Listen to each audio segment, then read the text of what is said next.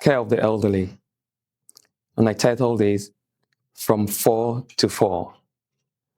Reason being that as neonates, we crawled on our 4 and very much dependent on our parents and guidance.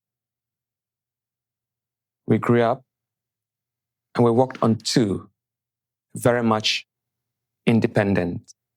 And if we are blessed to old age, we're supported with walking sticks, Zima frames, and many others. We went back to 4 and became quite dependent.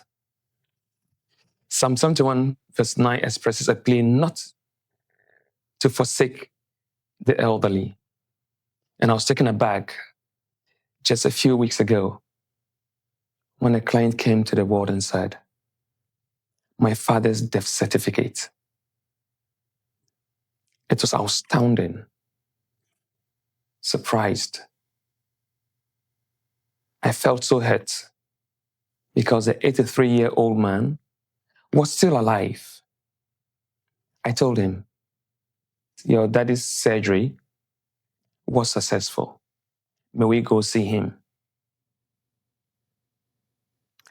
Care of the elderly. How do we go about it? Are we in a hurry to dismiss them when the Bible expresses that we should not forsake them? Let's remember, what goes around comes around. In the care of the elderly, we are very much concerned about not just the physical, but also the psychosocial, financial, and spiritual aspects of their life. We look at comprehensive care of the elderly, and we all have a part to play. Immobility and instability and falls are quite common among the elderly because their muscle mass and muscle bulk may have reduced significantly over time. Strength in their limbs may have gone down. The bones may have become brittle and easy to fracture. So we need to keep an environment that is protective of our elderly fathers and mothers. The floor tiling must not be smooth so that they do not slip. We also must make sure that as often as we can, the floors are dry, reducing the incidence of falls. It will be an added advantage if the aisles have rails that they can hold on, so in case they're falling, they can hang on to it.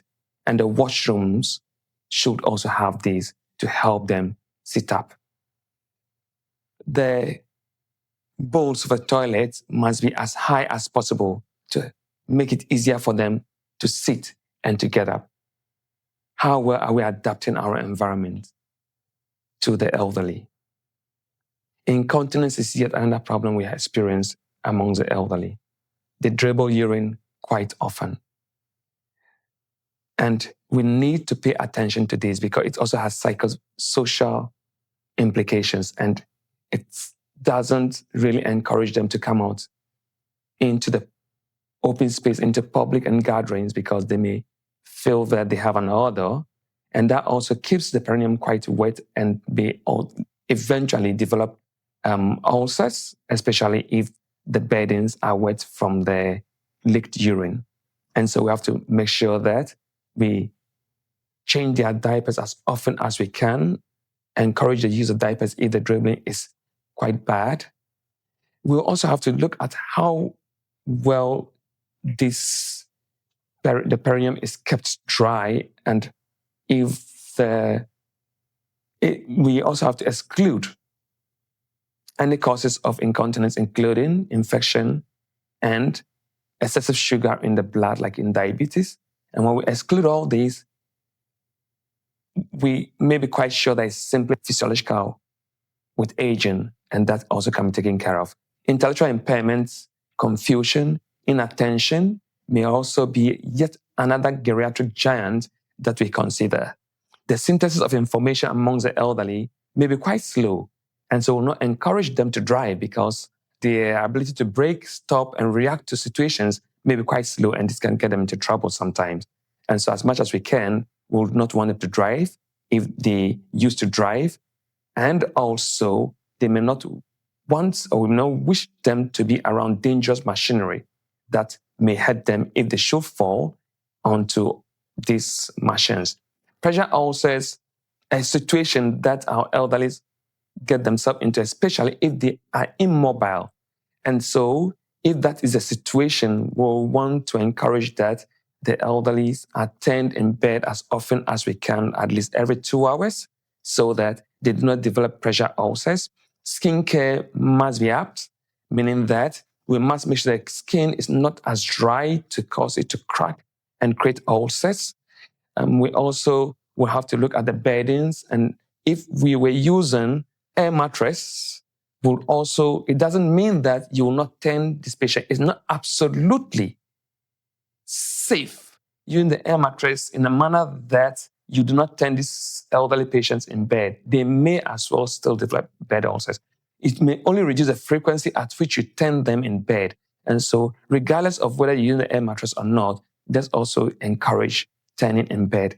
That said, turning in bed also brings about this contact, person-person contact, and makes them feel that they are loved, they are cared for. And that is additional psychological advantage we have when we tend our elderly patients in bed. In the tropics, we advise that if the mattress is covered with a leather material, which sometimes we see, it generates a lot of heat. And so if we should be using leather mattress with the intention that we do not want the mattress soaked, then we must make sure there's enough padding on the leather mattress not to have the heat generated, which could also precipitate pressure ulcers. Impaired senses, including the sight, may be reduced. And so in our home settings, if we have elderly people there, we must make sure that the arrangement of things in the house are such that it does not obstruct the path of our elderly mothers and fathers so they don't fall. Their hearing is also quite impaired as they grow. Some may require hearing aids. Others may probably, or those who may not have hearing aids, we may wish to go closer to them and speak a bit louder for them to hear us. Abuse is quite common amongst the elderly. It may not just be physical, but it could take other forms, psychological and financial.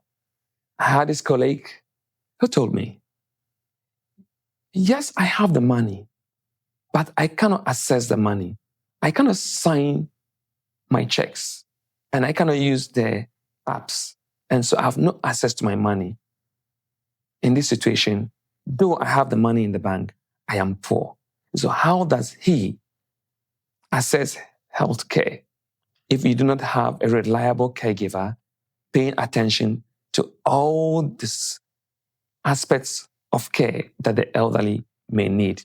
Psychologically, this elderly may also be lonely in the home. At the time they may have reached the ages of 65 plus. Their children may have all been out, married, in school, working out of the country or in other places. And so they are left lonely. It's an empty nest. How do we arrange and how do we organize the home in such a way that at least they have the company, either virtually or physically, of a loved one to take care of them when it is most needed? Let's create a perfect environment, or the kind of environment that will support our elderly fathers and mothers, and create such a world that would still tap into their wealth of knowledge and wisdom. Thank you all. I hope that in the near future, when the clarion call goes, who would help structure an elderly care society or an elderly care group in the church to cater for our fathers and our mothers, will heed to the call. All have a blessed week. Thank you.